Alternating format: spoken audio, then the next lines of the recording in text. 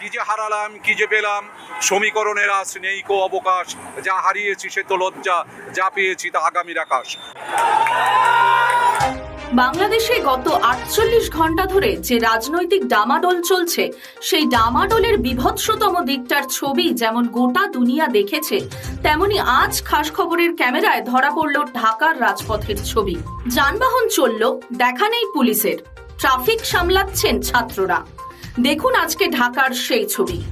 এটি হচ্ছে ঢাকার রাজপথের ব্যস্ততম একটি এলাকা, যেখানে নিত্য যানজটের দীর্ঘ সময় যানজটে কর্মঘণ্টা নষ্ট হয়ে থাকে। আজকে আপনারা দেখছেন যে ঢাকার রাজপথে কোনো পুলিশ নেই, ট্রাফিক পুলিশ নেই, তার দায়িত্ব পালন করে চলেছে এই পড়ুয়ারা। যেই পড়ুয়ারা রাজপথে আন্দোলন করে শেখ হাসিনার পতন ঘটিয়েছে, সেই পড়ুয়ারা আজকে রাস্তায় নেমে এই পুলিশের অনুপস্থিতিতে কিন্তু তারা এখানে করেছে। আজকে দেখছেন যে আমরা এই খাস খবরের পর্দায় তাদেরকে নিয়ে এসেছি। আপনি যদি একটু বলুন যে আপনারা আন্দোলন শেষ করেছেন, তারপরে আবার এই যে জাতীয় দায়িত্ব পালন করছেন, এই ব্যাপারে যদি কিছু বলুন। আমাদের আন্দোলন শেষ হওয়ার পর আমাদেরকে অনেকজনই বলছিল যে বাংলাদেশে ট্রাফিক পুলিশ নেই, কীভাবে দেশকে কন্ট্রোল করবে। তো আমরা সব ছাত্র জনতা আমরা দেখিয়ে দিয়েছি যে আমাদের নিজের দেশকে কীভাবে নিজের কন্ট্রোল করতে পারি।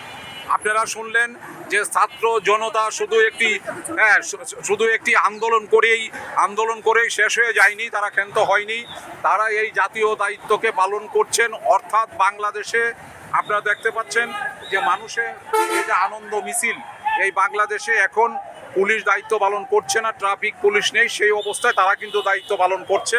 এই যে অত্যন্ত সুচারুভাবে এত সুন্দরভাবে দায়িত্ব পালন করছে, সাধারণ মানুষ তাদেরই করছে। আমরা যদি এইখানে আরো একটু কথা বলি, আপনার কাছে কেমন মনে হচ্ছে যে আজকে এই যে আমাদের ছেলেরা এইখানে দায়িত্ব পালন করছেন ট্রাফিক পুলিশের অনুপস্থিতিতে, যদি সংক্ষিপ্ত বলেন। আমাদের ছেলেরা এই দায়িত্ব পালন শুরু করেছে সেই 2018 সাল থেকে। তখন তারা অনেক চেষ্টা করেছে, মানুষ তো শিখে এবারে তারা অন্যরকম একটা বিজয় মিছিল সিধে এনেই ক্ষান্ত হয়নি। আজকে যে স্টেশন নেই, দেশে পুলিশ নাই, সেটাও তারা পরিচালনা করে। আপনারা শুনলেন যে এই পুলিশ নেই, ট্রাফিক পুলিশ নেই, সেই ট্রাফিক পুলিশের অনুপস্থিতিতে আজকে এই ছেলেরা এখানে দায়িত্ব পালন করছে। বাংলাদেশের রাজধানী ঢাকার অন্যতম একটি ব্যস্ত জায়গা হচ্ছে মৎস্য ভবন মোড়, যেখানে এই 4 রাস্তা নয় 6টি রাস্তার মোড় এটি। এখানে প্রত্যেকটা এই মুহূর্তের মধ্যে দীর্ঘ যানজটের সৃষ্টি হয়ে যায়। সেইখানে আজকে তারা এরকমভাবে রাস্তায় যানবাহন পরিচালনা করছেন অত্যন্ত সুন্দরভাবে। অতএব সত্যিকার অর্থেই আমরা যদি কবির ভাষায় বলি, কি যে হারালাম কি যে পেলাম, সমীকরণের আজ নেই কো অবকাশ, যা হারিয়েছি সে তো লজ্জা, যা পেয়েছি তা আগামীর আকাশ। আমিনুল হক, খাস খবর, ঢাকা।